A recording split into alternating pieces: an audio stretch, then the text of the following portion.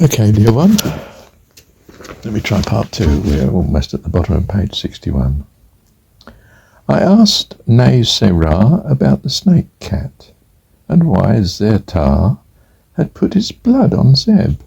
And he told me, well, some men think that snake cats take but little harm from the poison, even of a cobra, and that they have a special virtue in their blood, which takes the evil from the venom. Zertar is trying to discover if a little of this blood mingled with that of the one who has been bitten imparts some of its quality to the poisoned one, so that he can overcome the poison in his veins.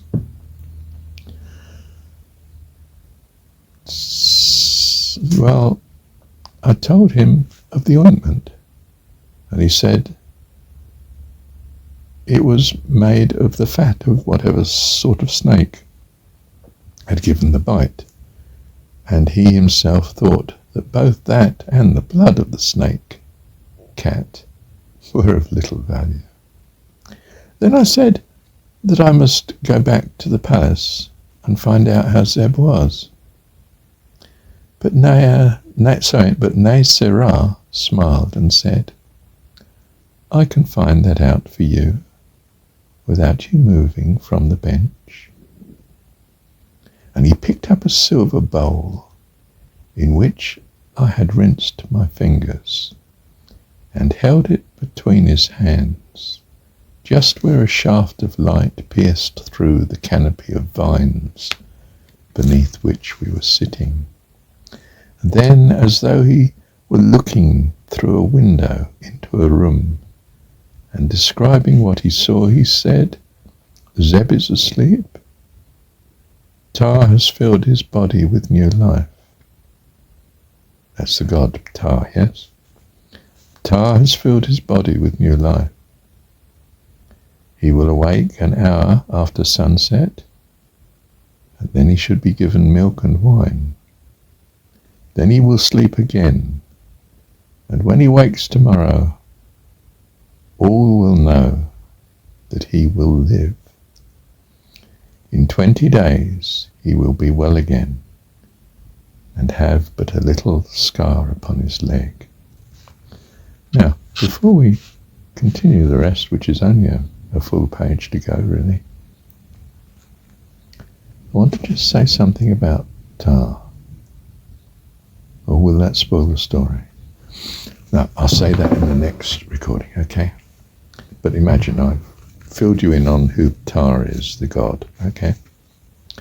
I'd never seen this power of looking, so to speak, into a bowl used before, yet it did not seem strange to me. Without speaking, naya got up and plucked a lotus growing in the pool, and then he said, do you remember? And I remembered that I dreamed of this the night before, and in my dream he had shown me an open lotus like the one he now held in his hand, and he had told me that just as the lotus opens its petals until its golden heart reflects the brilliance of the sun, so must I open the gateway of my memory, until on earth I could reflect the light. Dear one, this speaks to you. Listen to it again. In my dream, he'd shown me an open lotus, like the one he now held in his hand. And he told me that just as a lotus opens its petals until its golden heart reflects the brilliance of the sun God really is what they're thinking of, so must I open the gateway of my memory until on earth, that's here in this world, I could reflect the light, which is the goodness of God, you see. Then in my dream he had pointed to a half-opened bud, which though it showed its blue petals, still had them folded, round its heart, and this, he had told me, was a symbol of what I was now. Top of page 63, half a page to go.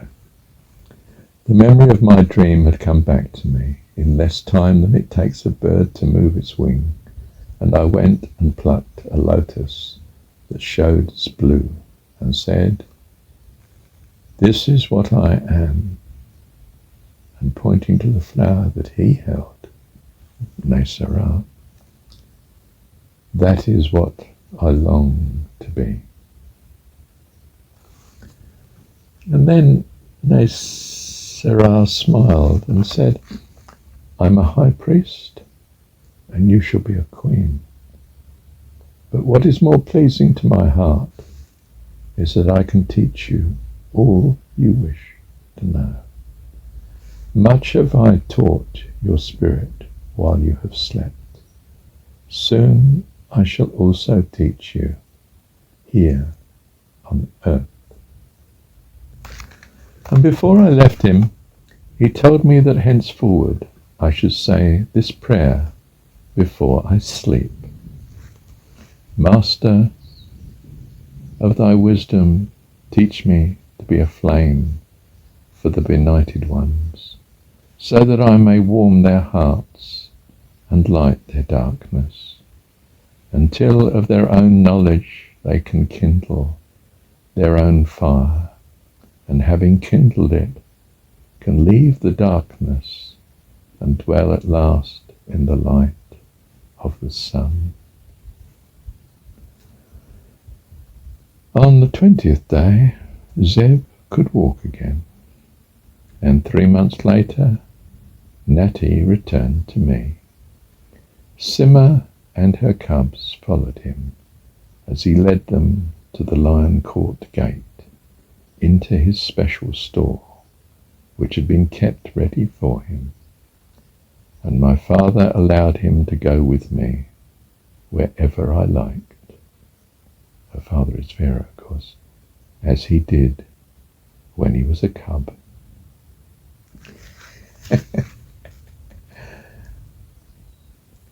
Bless you, love. Tuck up and go to sleep. God bless.